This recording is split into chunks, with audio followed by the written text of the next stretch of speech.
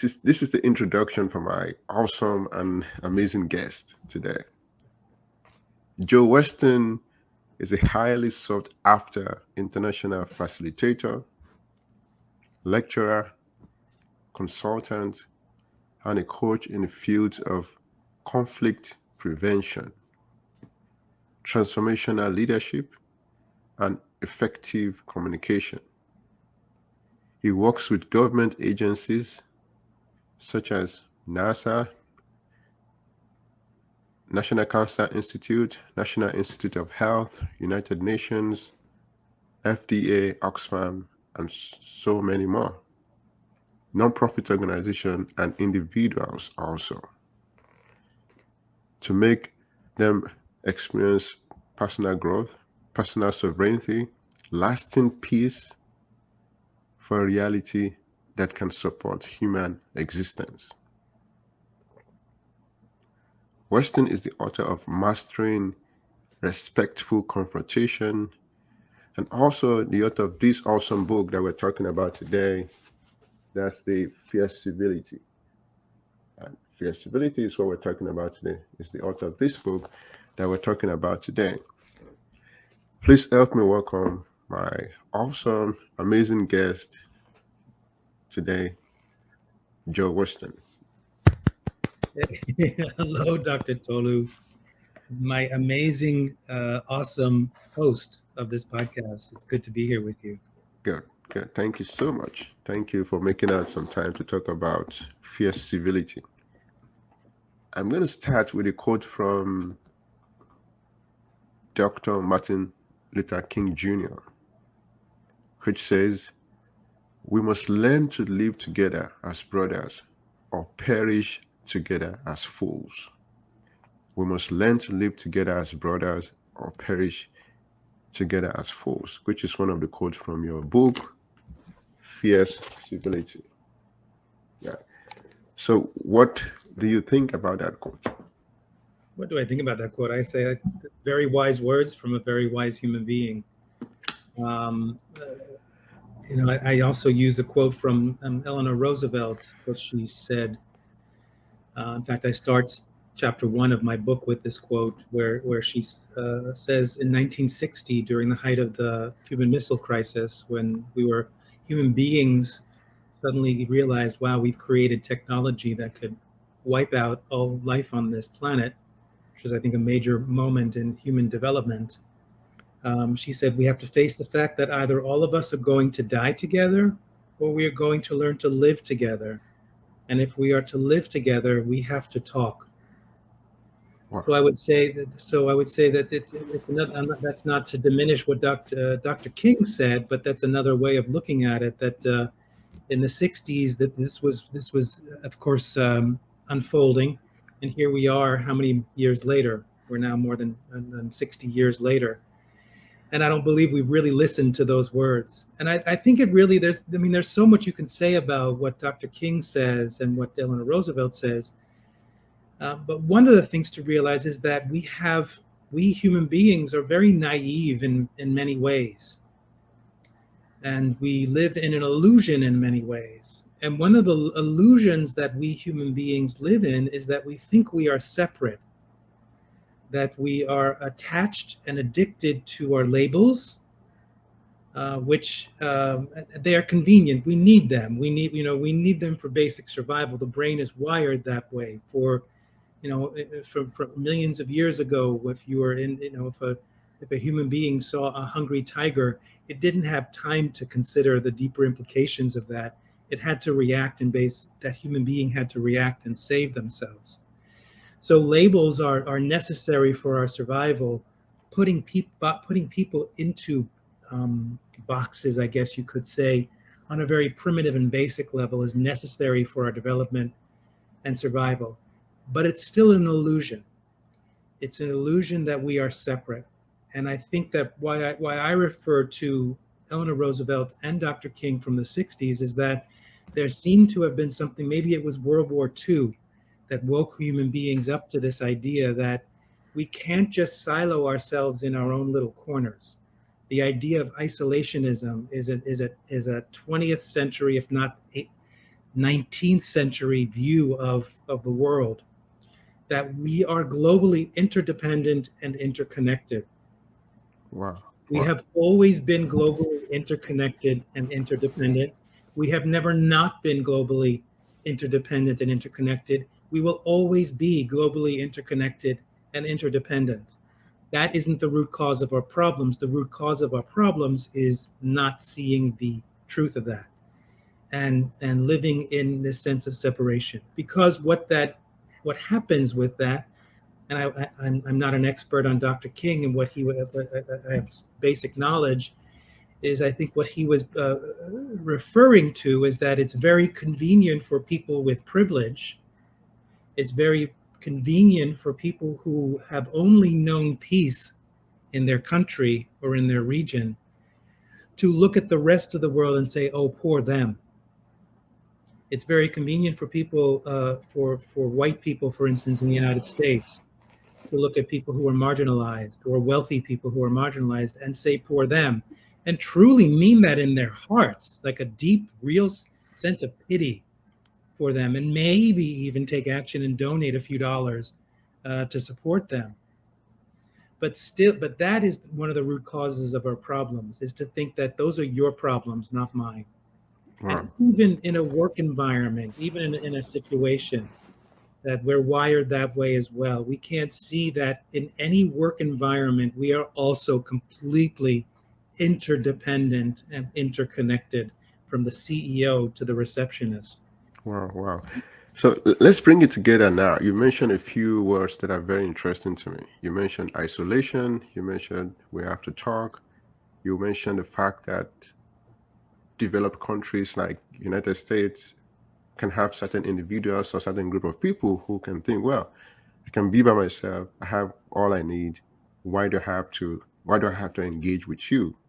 So it feels like the major challenge is letting the group of people or the country or the developed country that are having that kind of mindset. I say, well, even though you think you have everything, even though you have the peace that you need as a person, there are certain things that you are missing.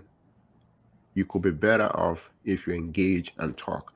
So my question is, how do you convince somebody who feel that they have it all, right?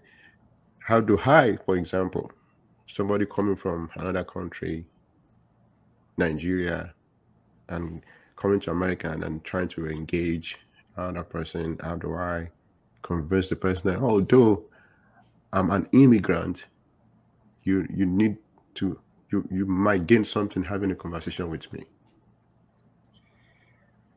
That's a big question. It's a very big question, and I think the first thing is patience. I think it really requires patience. I think it's being discerning, and to see that, not, again, if you label everyone as those are the privileged ones, or those are the Americans born in America, if you're talking about the United States. There's subtlety. There's a spectrum of people's openness and willingness and sophistication of education and awareness. And there are some people that it's just like saying it's not worth my time and energy to talk with them, or to try to open them up to a wider way of looking at something. You can still be respectful. You can offer. There can still be a good back and forth. So the discernment of discovering who are those people that would be open and curious, and then it's always a matter of, that's the essence of the work of fierce civility, is how do we break these polarizations that cause stagnation, that get us stuck in these patterns of either being too aggressive or too passive in what's unfolding. And I can give you a whole long list of ways of doing that, but it's about how do you appeal to the hearts and minds of people. I think that's really the answer. Is I've been doing work around the world in transformational leadership, and I've explored and I've learned a lot from experts on this. Working in the Middle East in various parts of, mostly for gender justice, bringing in, helping in the Middle East and other places, helping men understand different views of how to treat women and girls. And what is fundamental in that Dr. Tolu, is my idea that people don't change, they transform. Hmm. Asking someone to change, I think, is violence or abuse, because basically you're saying, I want you to be something you're not. And no one wants to hear that. And that's what the cause is of a lot of our um, challenges throughout history, and a lot of our movements, even that have really strong, deep values of justice and equity and goodness, but not using the right approach. So fear civility, as you may have picked up, is that it's not about the what, it's about the how. Hmm. It's not necessarily about what you're saying, it's about how you're approaching it. Okay. The Okay. message may be strong, but how you're approaching it. And I believe that a lot of times people want to make people change, and not to realize that people don't change, they transform, and that takes time. Right. Right. Right. I mean, we're talking about your book. Just want to show it again. Civility, and there's so many concepts you mentioned in the book. There's a part of the book you were talking about the fact that fierce civility is not something that can happen overnight. You gave the illustration of an athlete, someone that is developing to develop a skill and things like that. And it feels like your approach, your at least what you're proposing as a solution is fierce civility. So it's very important for us to understand what fierce civility is. So if you want to break it down for us, what is this approach you call fierce civility? Thank you. It's a method and a practice that like sports training or martial arts training. It's about rewiring and upgrading our the way we think, the way we speak, and the way we act, and our habits and our patterns. And that takes time, because our basic instinct is when we get into challenging situations is we go into fight, flight, or freeze, right? So it's really working. It's about training yourself to override the basic instinct that as soon as you're challenged, you're going to want to fight, flight, or freeze. And the basic core of the reason why I think fear civility is so important now is that, and I've been involved with a lot of think tanks, international think tanks, about how to solve our economic problems, our global problems, our environmental problems internationally. And I remember one time I raised my Zoom hand and I said, I think this is all great, and especially one particular think tank on this one time, because you want to work with local communities about empowering them. But I said, unfortunately, these ideas are great, but I'm not hearing anyone address what I think is the core issue of our time, is that we are all suffering from some level of chronic stress and anxiety or trauma, either personal trauma, cultural trauma, generational trauma. And when you're in a trauma state, anything that is new or different is going to be perceived as a threat. We can't help ourselves, maybe even a threat to our lives. So in a sense, we're all wired to feel that any idea of opening to something new is perceived as maybe a threat to our lives. So until we address that, we're not going to see global change for the better, I believe. I'm not saying I'm right. I'm just saying that needs to be introduced into the conversation. And fear civility offers a way to do that. It offers a way to work with your own reactivity, to first look at your own internal polarizations, your own fight, flight, freeze response when you're dealing with someone who's different, who's perceived as different or has different views. And how do you help someone else if you want to persuade them to shift their own viewpoints, habits, and patterns without getting into a polarizing fight? How do you help them rest and regulate their nervous system so that they can consider transforming? So that is the essence of the work. And in terms of why I call it fear civility is because I think one of the number one causes of what perpetuates our opposition and polarization and the patterns that we're in is what I call chronic niceness. And that we all suffer on some level from chronic niceness, where we have our big masks with their smiles on our faces, the way and yet we can still say the most harmful things about people and do the most harmful things to people with our smiling face and our way and our proper words. So chronic niceness can be insidious in that way, and basically we get stuck in a pattern where we can't even see how much niceness is causing harm. And the way I see that is that, for instance, when you say yes, think about a work situation or culturally. When you say yes, when you should say no. When you say no, when you should say yes. When you don't say anything, when you see an injustice happening, which is a big message of Dr. King. All the people who just sit and with their chronic niceness just don't say anything.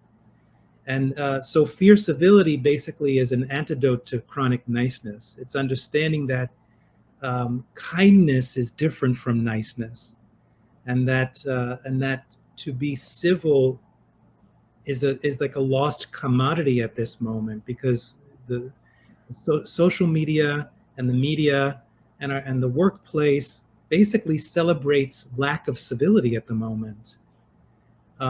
Generally speaking, I'm not saying that's for everyone, but it's conflict sells. Oppositional ways of approaching things sells. I think it's on its way out.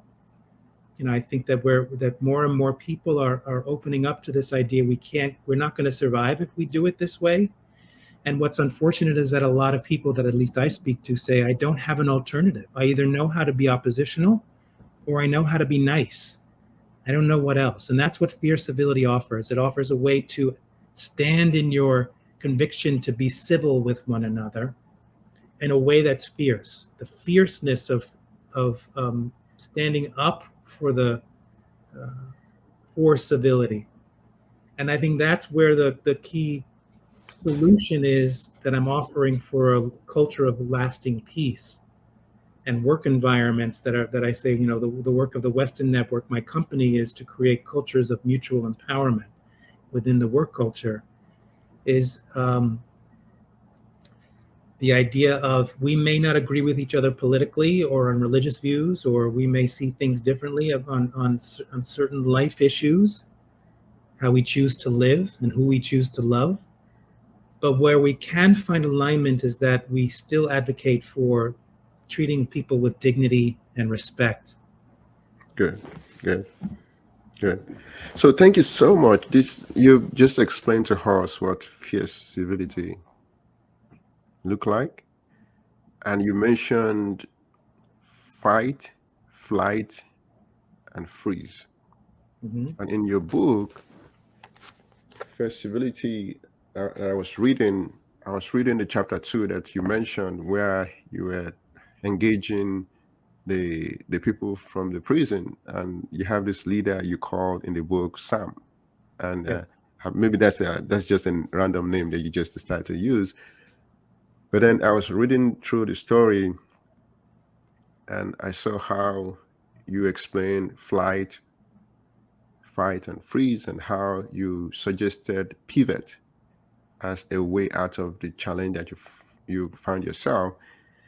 And I said that challenged me because I'm a member of John Maxwell team, and there's this book that changed my life we call 21 Irrefutable Laws of Leadership. 21 Irrefutable Laws of Leadership.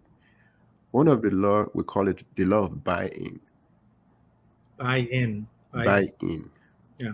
And the law says that most of the time people buy into the leader before they buy into the vision.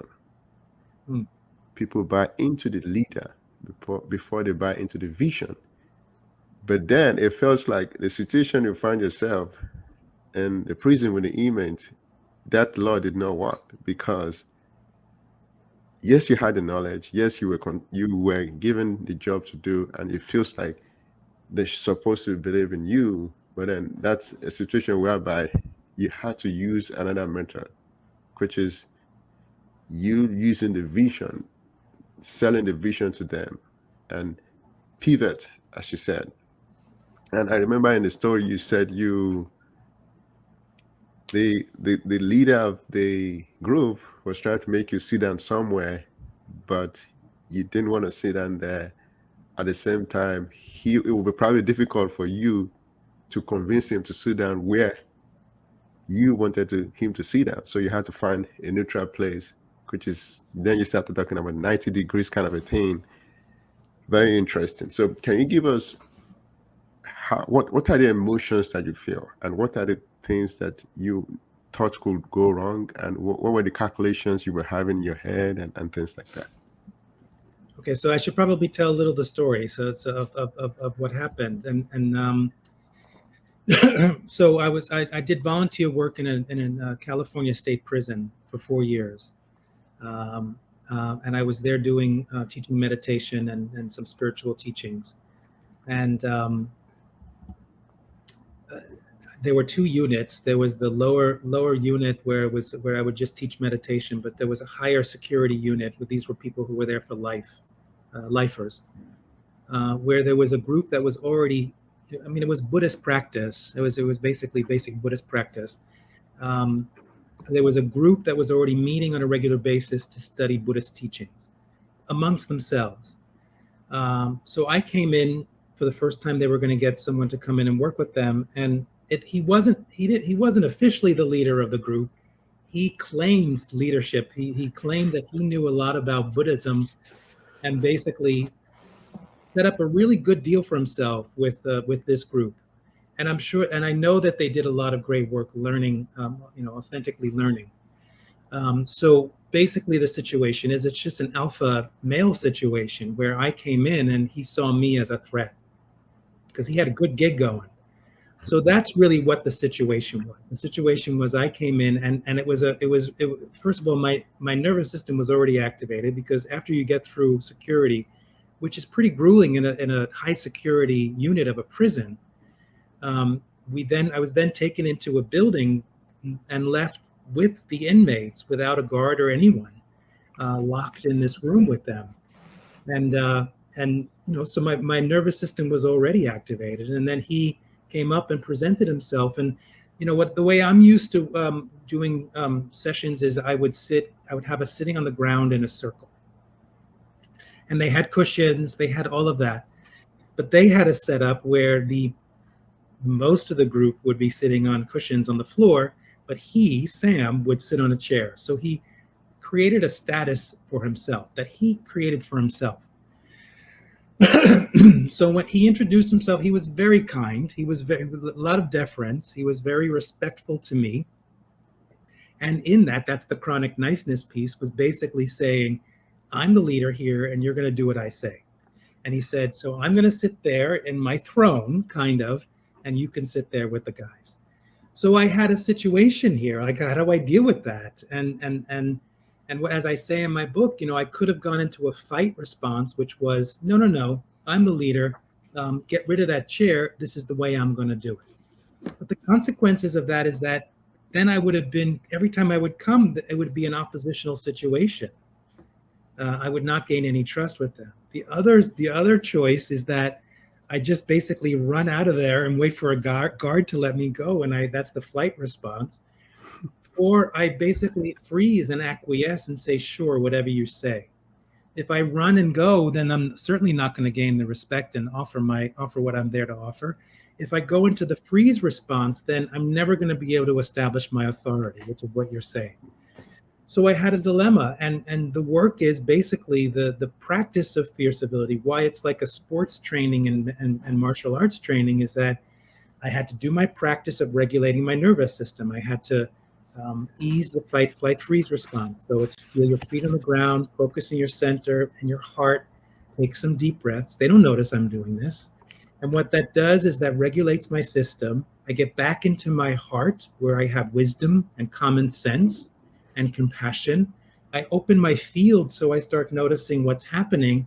And it's from there that I can go back to making effective decision making instead of reactive decision making, which this plays out in the workplace. This plays out in families as well as. So I realized, I wanted to establish how could we get to a win-win solution, because this man had more at stake than I did. That's the compassion piece.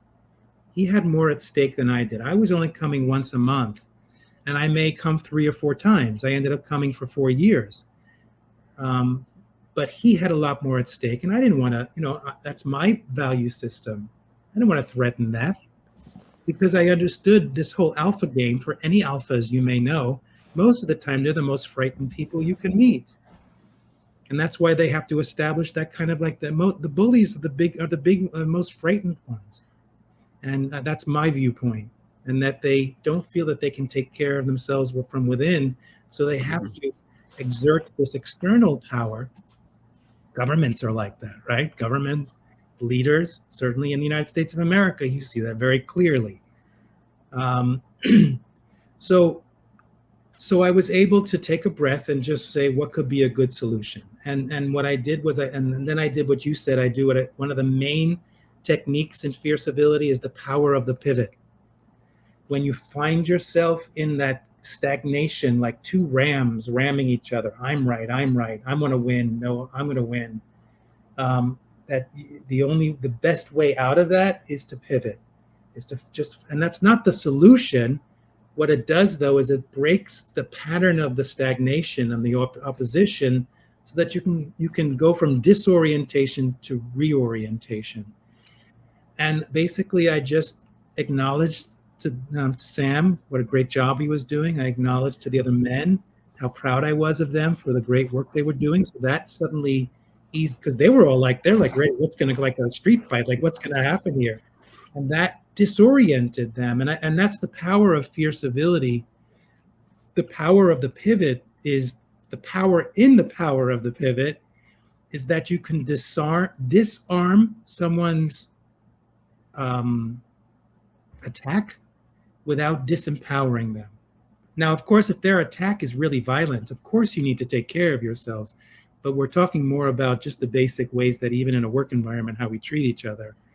Disarming the attack without disempowering that person. So I praised them for the work they did, which eased them and kind of confused them because it was the new thing to them. And I basically said I asked them, would you like me to offer this work the way I'd love to share more of these traditions? I'd like to share it in the way that I do it. And they said yes. And using your term, I got buy-in. And even Sam, I said, would you like to do it? He said yes. So I got your point number one and what you were saying, I got buy-in. And then I said, the way I would like to do this is that we all sit on the floor. So I created a sense of leveling. And then I said, and then I used the 90-degree thing just to say that I prefer to sit, pulled out a compass to make it look like it was like an official direction I needed to sit in. And I said, I'd like to sit here. And then I said to Sam, but I would like you to sit next to me. And they all bought into it. And what I did was I honored him, even though I was establishing, like, in these sessions, I'm in control, I'm the leader, and I can still honor your authority. And so in a sense, he was able to ease into that. So it was a win-win situation. Wow, wow. Excellent, excellent. Now that you mentioning chronic kindness, chronic niceness, excuse me, and moving away from that to fierce civility situation, I now remember a particular situation that I found myself that is very similar to chronic kindness, or chronic niceness. That's what you call it. Yeah. Which is what I remember. I was requesting for a basketball to play, and the person that was supposed to give me patted me at my back, patted me on the back, and called me sweetheart, but then did not give me the ball. Oh. And I was looking at the ball right in front of me. It's a basket full of balls there. And I was like, hey, yeah, what I really need is to get a ball. It's for you to give me the ball there so I can use it. But then the person decided to use words and gestures to make it look like, well, I'm trying to be nice to you. This is the best I can do. But yet still did not give me what I was asking for. Right. Yeah, so that's now thinking. Yeah. I started thinking how many of those I probably have experienced. In case somebody's listening and they probably still don't understand, because it's difficult to kind of know the difference between genuine kindness and chronic niceness that you're talking about. Because you want somebody to be nice to you, you want people to say the nice thing to you, but then if they're doing all that just to cover up something, then what's the point? Yeah. Well, and we don't know we're doing it, and that comes back to, that's how do we become aware of it? I mean, another example of that, Dr. Tolu, is in the work environment. I was brought in once to work with a company that almost went bankrupt because of gossip.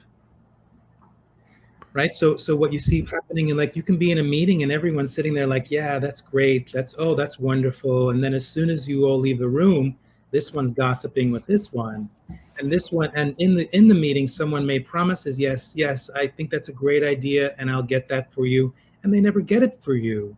And so, everyone looks like they're getting along, but there's gossip, there's clicks, there's withholding of information. There's so many insidious ways that people treat each other really badly in a work environment, even in families, right? Um, and yet, if you were to an outsider looking in, you'd say, looks like they're getting along. And that's the basic of the first body of work I did, the first book, Mastering Respectful Confrontation. And this is dealing with that. If we're not, how are we going to expect that we're going to have world peace, lasting world peace, if we still treat each other in horrific ways at work and in our families? What Yeah, makes us think that that's going to be any different? that's very true. At one of my jobs, somebody approached me and said, "Oh, I had somebody say something bad about you." And I was like, "Oh, what is the thing?" The person cannot say. Yeah, I was like, "What are you talking about?" So, I mean, and I've actually run into people saying something bad about me, and some of them have apologized while I run into them saying things that yeah, probably don't make any sense, things that they think is true, but obviously it's not true. It's just what people have, or it's what they have observed, or what they think the situation is. that's it. What they think the situation is.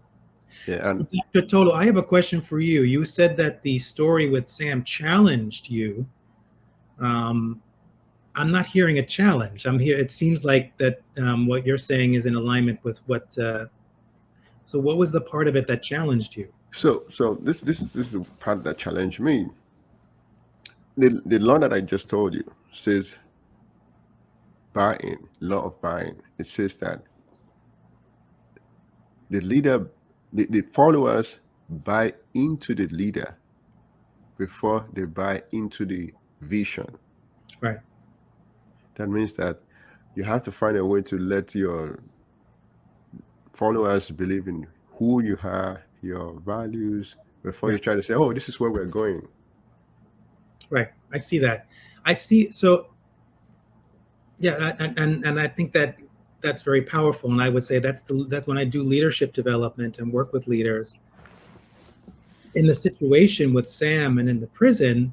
It was my first time there, so they can only buy into me as a leader if they see my actions, right? Yes. Even right. So that and that's what, and I say at the end of that story in the book, that exchange, what we accomplished in that exchange could have taken, usually takes months in terms of building safety and trust. In terms of leadership, you're only, I believe someone is going to buy in based on the leader if they feel from the leader that there's some level of safety and trust. Yes, that's true. And then they'll trust the vision. Yes, but then you did not have that time to No. to communicate that. That's the exception there. You Yeah. didn't have that time for them to get to know you and know your values.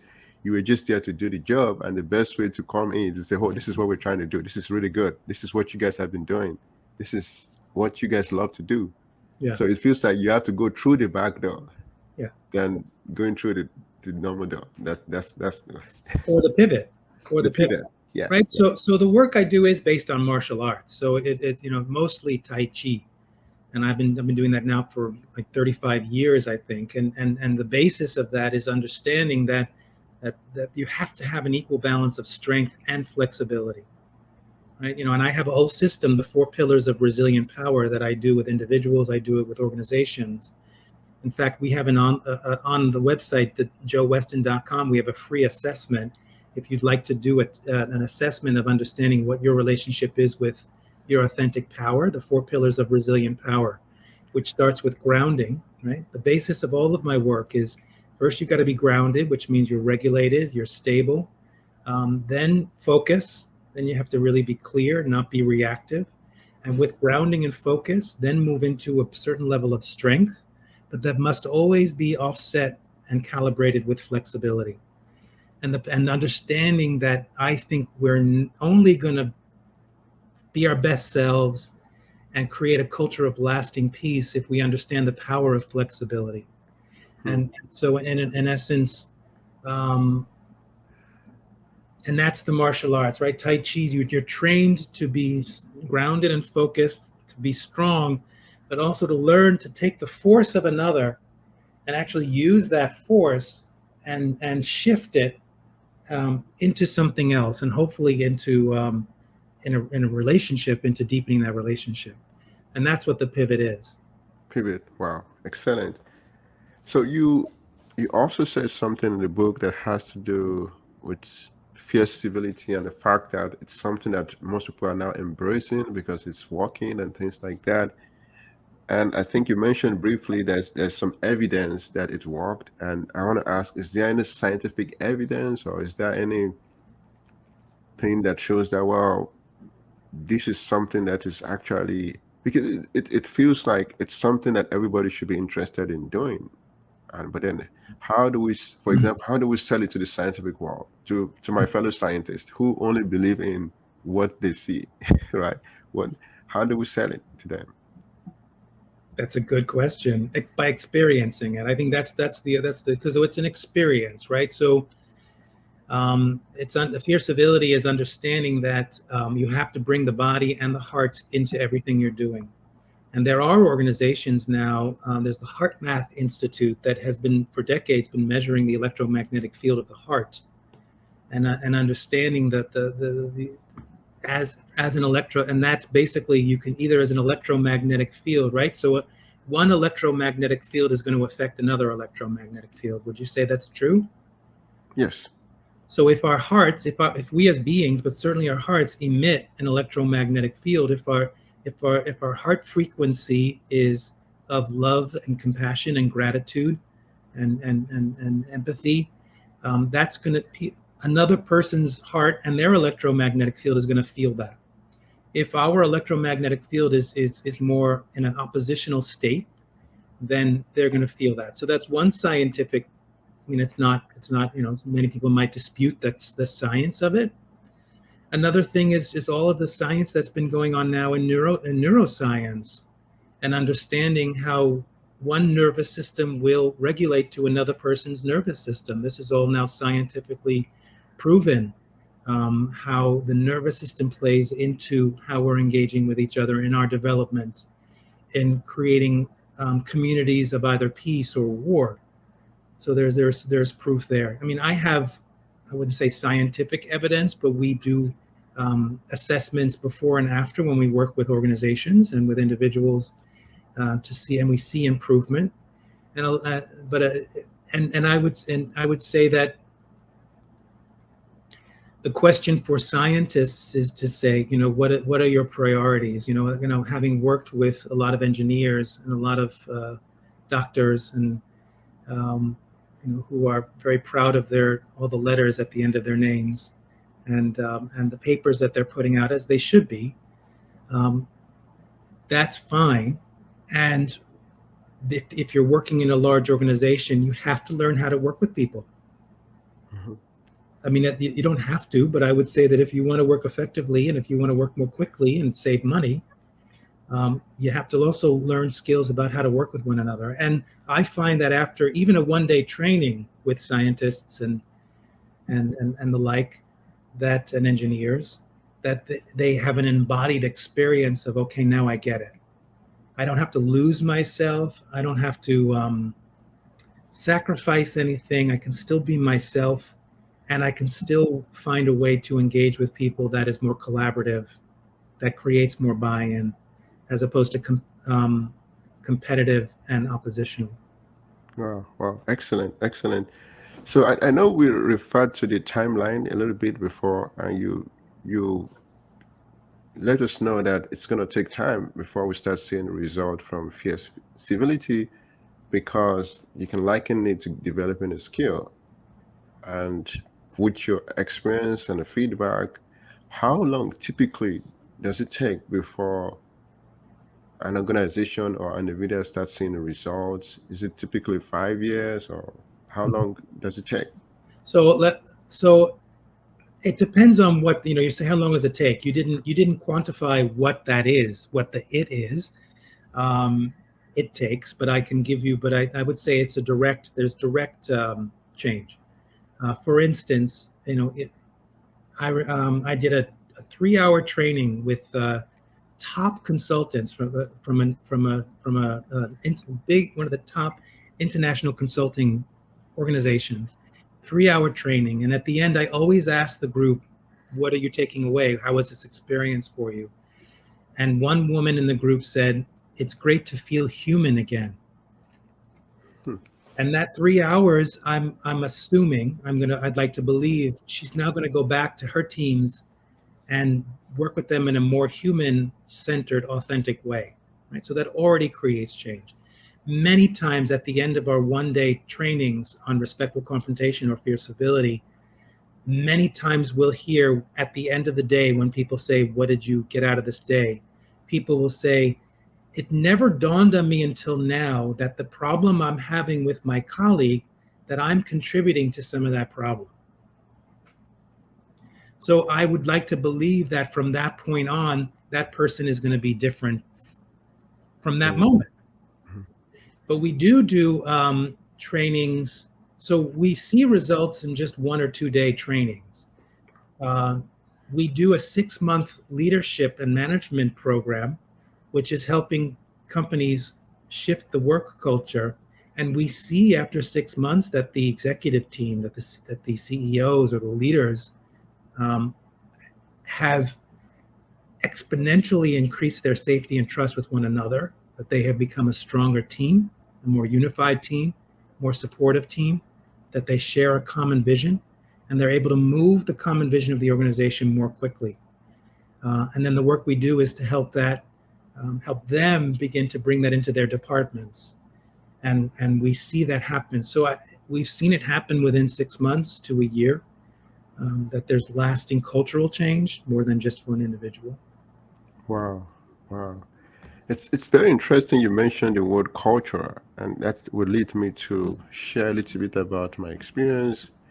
So coming from Nigeria and having experienced a different culture from what you have here in America, I've had people approach me and tell me, "You're too strong. You're coming across too strong."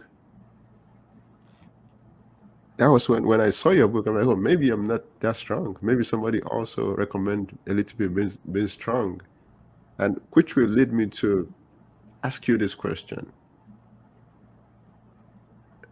We understand what fierce civility means now, and probably you've been doing some training here in America. You've been seeing some results, just as you said.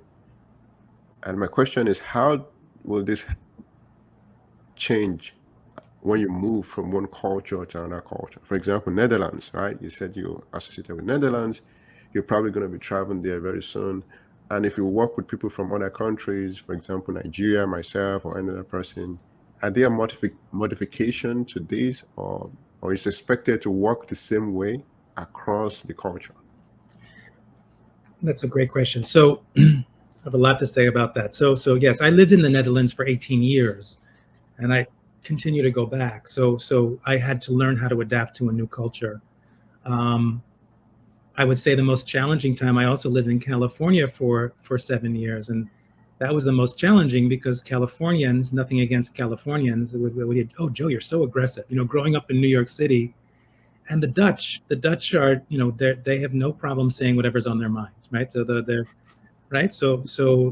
It's getting, you have to get used to it.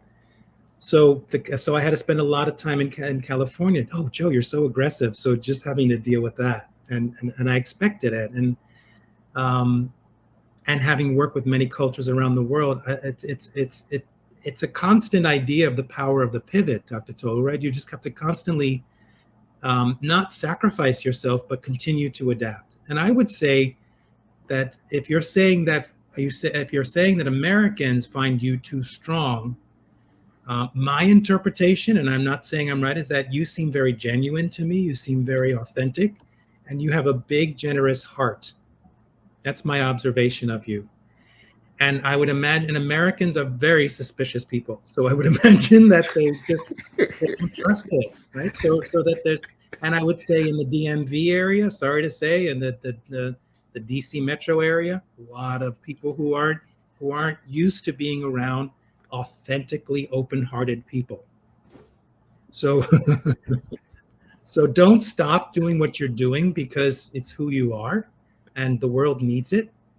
And let them take care of themselves, right? So, but what you can do. So one of the big, if you remember, the Fear Civility book is broken up into skills and strategies, and and that's where it's like a martial arts and sports training. You're learning new upgraded skills and new strategies to be more effective in creating cultures of peace, of lasting peace. One of the important skills in the book is learning how to meet people where they are. So I think that's the answer to that. That's the general, the more specific answer to your question. Is I learned, having been in many work and personal environments around the world, some very contentious places with conflict, that I had to meet the people where they were. I still stayed authentic to me. I kept my nervous system regulated. I still stayed in my heart. I still stayed who I was, my values. I didn't compromise that. And I think that's important, is that we forget. I can still stay who I am and authentic to my core values and still adapt and meet someone where they are. And I believe that when you can do that, that's where the transformation happens. That's where cultural change happens. Yeah. Good, good. Oh, thank you so much. This has been a very interesting conversation talking about fear civility and how it affects everything we're doing. And you just mentioned something about DMV culture. And one of the things that I actually struggled with when I first came from Florida, which is more diverse culture. There's people from, I couldn't believe the kind of response I was getting when I was trying to just live normally the way I was living in Florida. I was like, what is this? What's this about Maryland? That's why I gave you a thumbs up when you said that. It feels like definitely Florida is more diverse in culture than Maryland. And it feels like over there, people are more open to new ideas and new culture and things like that versus very small kind of a thing. So that's something that I'm just.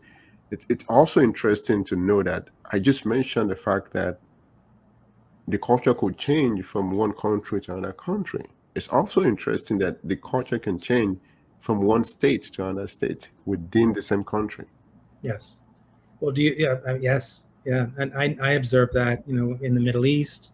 I've never really been to much to Africa. I would imagine it's the same in Africa, and even within countries within Africa, and it's certainly in the U.S. I mean, it's a large country, and there's a lot of different cultures. That's why that's what I was saying. I hope in a non-judgmental way about Californians. It was easier for me to acclimate to European culture than it was to California culture. Yes, as a yes, New very. Yorker, as a New Yorker. Yeah, very interesting. So now that we're still talking a lot about pivots, it just feels like it's something that keep coming up, that you have to learn how to pivot as much as possible. There's a particular type of pivot that you mentioned in your book, fear civility. Uh, fear civility. Yeah, you mentioned that pivot can also mean loving thy stranger, loving a stranger. How do you How do you preach that? Because I tell you, one of the things that I've observed also culturally when I first came into America from Nigeria, when I greet people in America, the response that I usually got when I first came is a grin. People just grin when it grin. They I don't know. I couldn't call it smile. They nod their head and just that kind Oh, of response I got. It's an American thing. So my question is, how do you move to be somebody who is willing to embrace a stranger like that? In this context, an immigrant, so to say. How do you how do you use pivot to right. achieve that? Wow, there's a lot in that, and I really appreciate you bringing it up because that is the essence. That to me is the key. If people would have asked me, what's the one thing that is needed for us to get out of what we're currently in, our current polarization and the inequities and all of that, and the stagnation of that, is is that we must find new alliances in surprising places. That is key. Because I've been saying this now for a couple of decades in all of my lectures and workshops. If only hanging out with people who already agree with you were going to solve our world problems, we would have already solved our world problems. If that was going to be the solution, to only hang out with people who agree with you, it's not happening. So that's not the solution. So let's just try something different. And what I'm positing is that that different is we must build bridges. We must connect with people that are different. And so remember, the pivot is not the final solution. Remember, the pivot is a way out of stagnation. And the stagnation for that particular pivot is this idea of we see either people as friend or foe. It's a polarity. There's 8 billion people on the planet, yet we tend to put them in buckets of friend or foe. And it's easy to love thy friend, right? To love thy loved ones. And there are many spiritual traditions that say love thy neighbor. And I would say no. There's a lot of people who have been for centuries systemically abused by certain people. Why should they love them? Right? They may not be ready to love them. So we are only given those options of love thy loved ones and love thy enemies. So and that's a stagnation. So to break the polarity of that, I say let's introduce stranger. A stranger is more neutral. Loved ones, strangers are not loved ones. Enemies can be strangers, but they're not enemies, they're just strangers. So the bridge is smaller. There's less of a charge around engaging with strangers. And here's the thing: if you were to do a tally of all the people that you would consider loved ones and enemies, and then add that up, and then compare that with people that you would consider strangers, I'm going to assume that your stranger list is over 7 billion, right? And that your loved one and enemies may be 1,000, right? I mean, it could be more. I don't know who you are and who you hang out with. So it gives this idea of you could never say that there's no one new to meet if there's over 7 billion people, strangers, that you can engage with. And the idea is very simple. It's simply just when you pass someone on the street, acknowledge them if it feels safe. All of this is about if you feel safe. If you don't feel safe, don't do it. But as you know, I'm shocked by that, Dr. Tolu. I have that here in DC. What shocks me is that I go into the elevator and there are people who might know me in the building that just will ignore me. Or I'll be standing opening the door of my apartment and my neighbor, we share a wall, will walk past me and not say anything. And my thought is, if my neighbor can't even acknowledge me as a human being in that moment, what makes us think we're going to come up with world peace? So that's the idea of love thy stranger, is just basically the very simple things we can do when you're on public transportation or out. Take out your earbuds, put down your phone, Look around, take a deep breath, enjoy the day, listen to the sounds, open your senses. And you don't know, you can't even imagine what can be presented to you, the many gifts and miracles that can unfold if you're just open and aware to it. Wow, wow, wow, wow. Interesting. So you said something that is very important now. Most people that are in the world fall into the category of strangers. And if you want to have this conversation that you're talking about, you need to engage them because they are not your enemies and they're not your friends or family. So to open our minds, we have to be comfortable to engage a stranger. I think that's very clear. But in some other situations, you have some family and friends that you know for sure you're going to have to talk to them, whether you like it or not. And they actually have a point of view that is very different from yours. And how do you engage such people without cutting the family ties, so to say?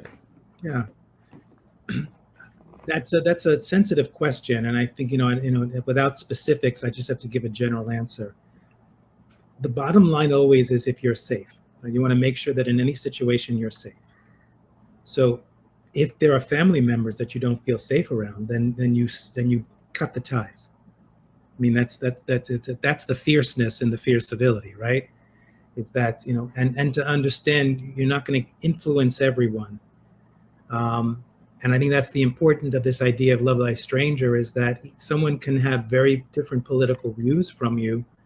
But when you get to know them and engage with them, you'll see that again, where they may find common ground is civility, treating people with dignity and respect. So you've suddenly made a new alliance. So with a family member, I think it's just about making sure you're safe and setting clear boundaries. I have a blog post that I've been putting out for years now around Thanksgiving in America, like how to deal with your family at the holidays. And one of the things is to just set very clear boundaries. It's to say, if I'm going to if you want to spend time with me during this holiday time or whatever, um, my boundary is we don't talk about politics.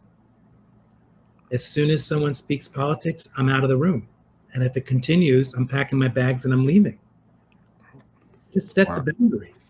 And then also to appeal to the heart. When you're appealing to the heart, because oftentimes I think especially in the United States, what's happening now is that it's only in the last 5 or 10 years that family members are frightened to be with one another because it's become so extreme. And I would say that some people are now caught up in cults, the internet and social media cults. And I'm using that word not as a judgment. I'm using it as an assessment that, there's a definition when people blindly believe a leader or a movement and their beliefs are not based on fact or reality. That's a cult. And you can still love them.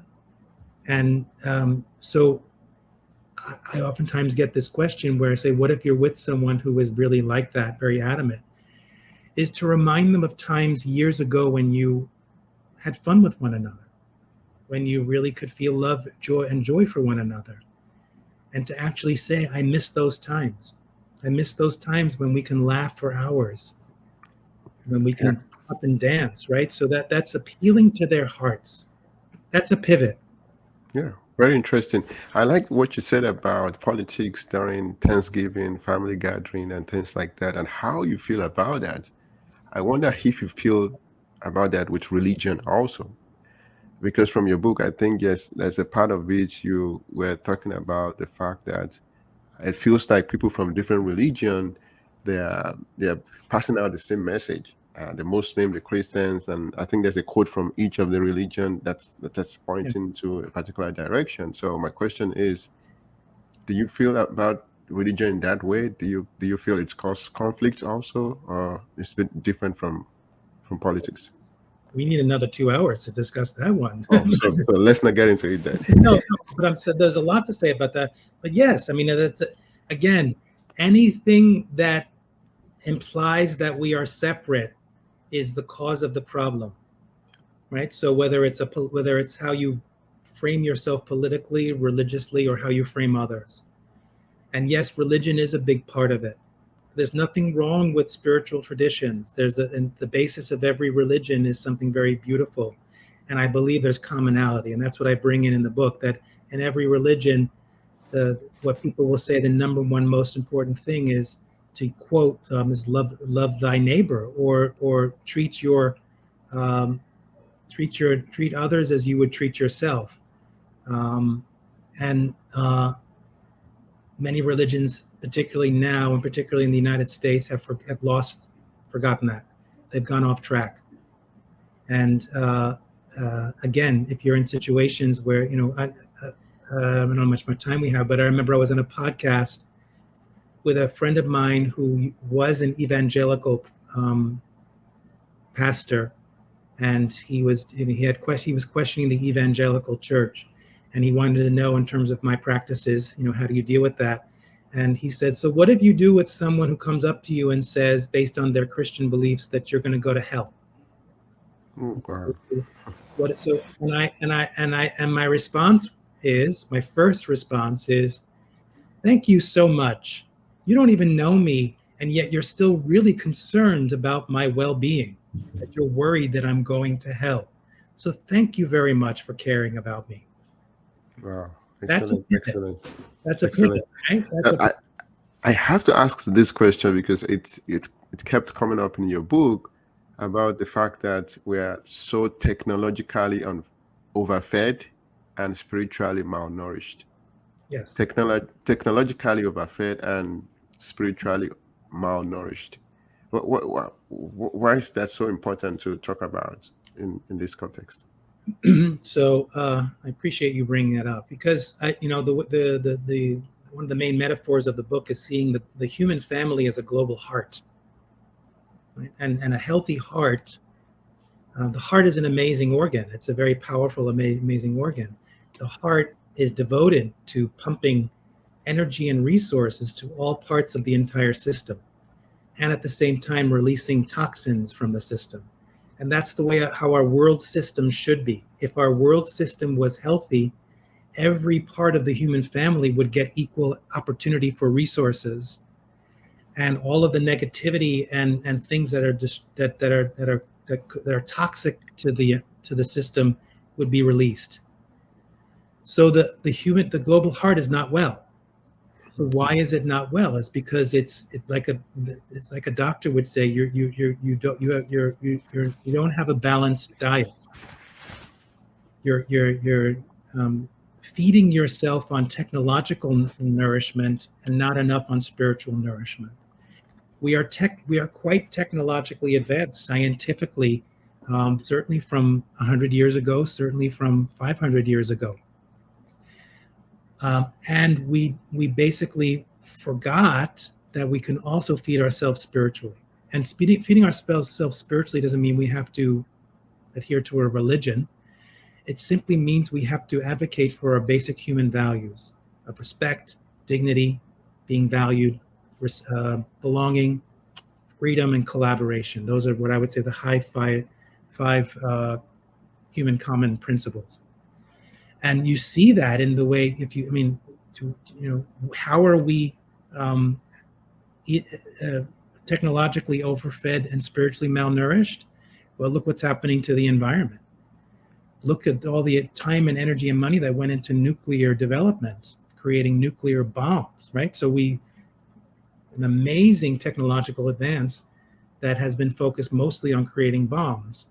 The fact that in the United States, corporations have equal or maybe more power than human beings, to name many, that we are allowing people to starve in various continents around the world, even in the United States. That's an example. Those are examples of technologically overfed and spiritually malnourished, because we have all the technology to feed every human being, et cetera, but because we're not adding the spiritual nourishment of respect and dignity and compassion and love and wisdom, we're seeing what's happening on the global heart is not well. Good. This should be my last question for today. Okay. In your book, Fierce Civility, one of the things that challenged me is the concept about, or your advice about, always find a mutually beneficial situation. Always find a mutually beneficial situation. I've heard other people also say that, well, that sounds like compromise. And when you say compromise, it's the fact that nobody's getting what they want. Right? If you say, if A says I want this and B says I want that, and you guys are saying, oh, this is what we're gonna do. That means that A is not getting what they want and B is not getting what they want. And that's against finding a mutually beneficial situation. Yeah. So what's your take on that? My take on that is that I'm going to quote the Rolling Stones. I promise I won't sing it. You can't always get what you want, but if you try sometime, you might just find you get what you need. Hmm. So, in all of my work for decades now with respectful confrontation and fierce civility is understanding that if you're focusing on I want, you're going to get to conflict. If you focus on I need, you're going to get to new solutions. So Wow. I would say, I wouldn't say that I am positing that always go for mutually beneficial outcomes. I say always try your best to get to mutually beneficial outcomes. The Okay. intention should be that. It doesn't mean you're going to get it because there are just some situations where that's not going to happen. But the answer to that is that why it's not compromise is if um, an important part of fierce ability is understanding that if you want to find new solutions, if you want to get to healing and reconciliation, if you want to get new alliances and new solutions, you have to let something go. Wow. Wow. Um, That's a very but but letting something go is just letting go oftentimes of expectations of what you want and realizing that the power of the work is to get to a point where I can express my needs and you can express your needs. And then we put those needs on the table, and it may take a week, it may take an hour, it may take years to come up with a solution where we both feel that our needs are met. That's the win-win. good. Good. Good. Wow. Thank you so much. If you're just joining, we've been talking about my guest book, Fierce Civility. If you've not gotten it, you can get it on Amazon. I recommend it. It's a good read. And we're going to be wrapping up on our discussion on fierce civility today with our amazing guest, Joe Weston. Do you have final words for our guest today? And how can they reach you in case they want to reach out to you? Thank you. I'll start with that. So, my name is Joe Weston. You can find out more about me and my work on my website, www.joeweston.com. That's joeweston.com. And take a look at my two books. And I always say, if you have questions or are curious, just get in touch because it's all about dialogue. It's all about engaging. Um, and and I would say that the final thing I would say is that a couple of things. One of the pivots in the book is to realize that the world system is doing very well to keep us dysregulated, to keep us separate and isolated. The pandemic didn't help with that. We're more isolated and dysregulated and have more anxiety than we did before. Um, and that the media is doing a good job of creating a story about how things are. The media only profits and survives if there's conflict. And I would say, please take a look and see. So one of the things to consider is for you to ask, who is telling your story? And to think about how much of your story, of what you believe to be true about reality and yourself and the current situation, may not be your story. It may be a story that you've taken on because your parents told you that, your government, your religious institutions, your peers, your teachers, and to create your own story, and to make yourself the heroic central figure of that story. And please be a heroic figure of a catalyst for fierce hope, for hope. and that the most hopeful thing you can do, the most revolutionary thing you can do now, because the system maintains itself by keeping us separate and dysregulated, is to find practices of self care, to nurture yourself physically, emotionally, mentally, and spiritually, so that you become vital and strong and you're no longer confused, you're more centered, so you can truly see what's happening, come back to common sense, and make every effort to reach out and strengthen and deepen your relationships and create new alliances. That's the most revolutionary thing you can do right now. Good, good, good. Thank you so much. Really exciting conversation. I've learned a lot. I had to reflect and remember so many things. I hope our viewers also have the same experience. Thank you, Joe Weston, for taking out time in your busy schedule to be here. I really appreciate you. Thank you so much. Say, And can I say, just want to say, Dr. yeah, Toto, I want to say thank you.